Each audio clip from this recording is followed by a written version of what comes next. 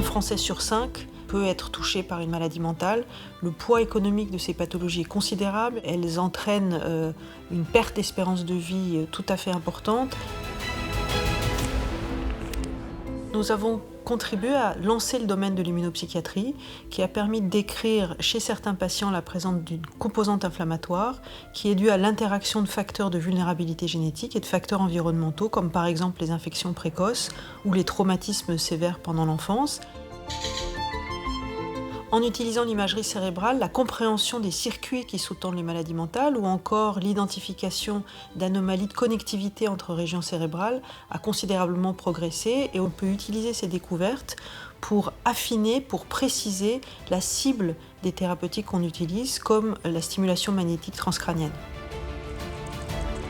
Alors avoir le grand prix, c'est bien sûr une énorme joie, une énorme fierté.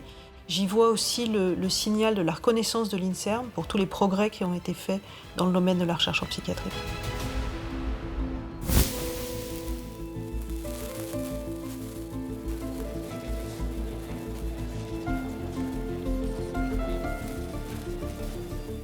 La néphrologie, c'est une discipline qui est, entre guillemets, en impasse thérapeutique depuis l'invention du rein artificiel et de la greffe. On ne progresse plus beaucoup pour empêcher les maladies rénales de survenir ou de progresser. Donc il y a un défi thérapeutique.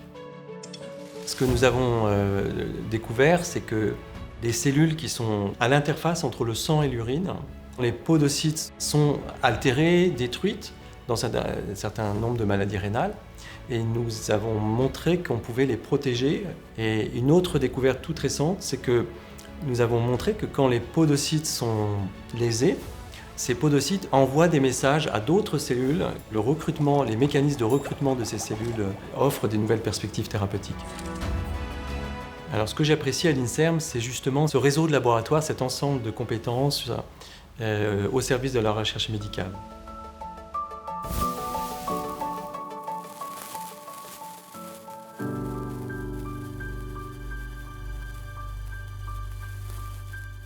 Le but des expertises collectives, c'est vraiment de conseiller les décideurs.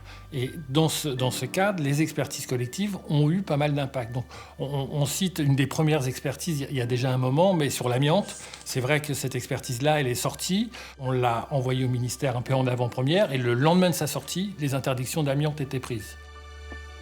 Donc, pour chaque expertise, on a un gros travail qui est fait dans l'équipe ici, où on va réunir plusieurs milliers de résultats scientifiques qu'on va faire analyser par ces experts. Donc les dernières, c'était 3500 références biblio qu'on a repérées, analysées, triées et qu'on fait analyser par les experts. Et c'est ça qui donne toute la puissance et toute la qualité des expertises collectives. Lorsque Gilles Bloch m'a téléphoné, j'étais très fier, je ne m'y attendais pas du tout. Ça fait 20 ans que les expertises collectives existent, donc c'est vrai que c'est moi qui récolte les fruits de tout ce travail, mais c'est avant tout un travail d'équipe.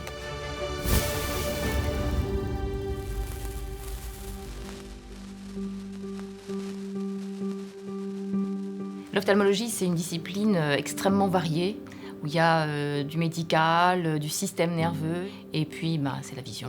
Donc quand même un sens complètement essentiel, sûrement le plus précieux. La start-up que j'ai créée s'appelle Ivansis. On a commencé à utiliser des protéines thérapeutiques dans l'œil et il faut les injecter. Fabriquer aussi ces protéines, c'est pas simple, on ne peut pas toujours les fabriquer.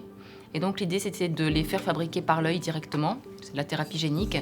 Et depuis le début de la création de l'entreprise, nous, on avait dans l'idée que utiliser des vecteurs non viraux, c'était une stratégie adaptée, plus flexible et plus porteuse pour l'ophtalmologie. L'INSERM Transfert est un support énorme, à la fois pour déposer les brevets, aider à la stratégie, à réfléchir à comment on peut valoriser nos travaux. On sent vraiment un accompagnement et une aide. Et c'est une belle aventure.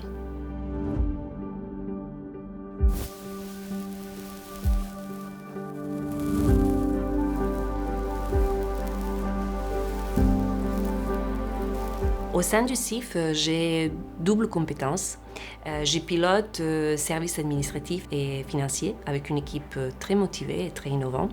J'exerce aussi une fonction de directrice adjointe et tout cela permet d'aider les équipes scientifiques dans la dissection d'un grand puzzle moléculaire de système immunitaire au sein du CIF.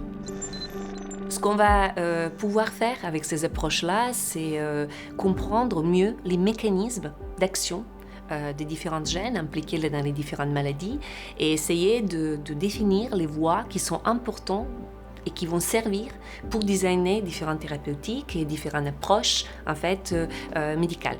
Quand j'ai appris que j'étais lauréate, j'étais très émue. J'ai été aussi très heureuse parce que j'ai senti que tout le travail que j'ai pu effectuer pendant ces 10 années, ma motivation et aussi un attachement au projet CIF a été reconnu.